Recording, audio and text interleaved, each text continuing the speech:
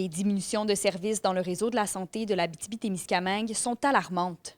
C'est l'avis que partage la FIC-CISAT, qui craint à la fois l'épuisement du personnel et la réduction de la qualité des soins sur tout le territoire. On va diminuer les ratios d'infirmières et de préposés en CHSLD. Donc, ce que ça veut dire, c'est moins de soins, probablement moins de soins d'hygiène pour les patients, des délais beaucoup plus longs quand ils prennent leur cloche d'appel, qu'ils ont besoin de médication. Et ça va aussi rajouter une surcharge de travail à notre personnel qui, on l'espère, ne tombera pas en épuisement puisqu'ils ne sont pas en mesure d'offrir des soins de qualité à la population. D'ici 2 ans, le recours à la main-d'œuvre indépendante sera interdit pour l'ensemble des centres intégrés de santé et de services sociaux en régions éloignées. Le président du Conseil pour la protection des malades déplore l'instauration de cette initiative qui est, selon lui, beaucoup trop précipitée. Ce qu'on a déjà proposé, mais que le ministère n'écoute pas, c'est d'y aller de façon modulaire.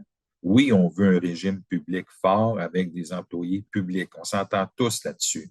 Comment on va y arriver? C'est pas en donnant un coup de hache dans le réseau privé et en faisant en sorte qu'on aggrave la situation.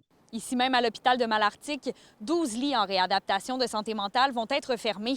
Une situation qui préoccupe grandement le maire de la ville. C'était des lits de réadaptation. Bien, ces gens-là qui, demain matin, auront besoin d'une réadaptation suite à un épisode, malheureusement, de santé problématique en santé mentale, vont faire quoi?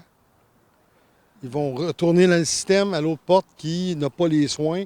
L'attraction et la rétention du personnel semblent demeurer le réel cheval de bataille dans cette situation de crise. On ne doit pas arriver avec des mesures coercitives d'un côté et de l'autre côté, ne rien mettre justement pour que ces gens-là reviennent dans le réseau public. Ça prend des mesures adaptées à notre région. On sait que 96 du personnel qui provient des agences n'habite pas en Abitibi-Témiscamingue. Si on veut les convaincre de venir s'installer chez nous, bien, ça va prendre des incitatifs suffisants. Puis en ce moment, bien, il n'y en a aucun. Ce que je tiens à souligner, c'est qu'en 2017, ça coûtait 7 millions de dollars en agence en Abitibi-Témiscamingue et en 2023, ça en a coûté 115 millions.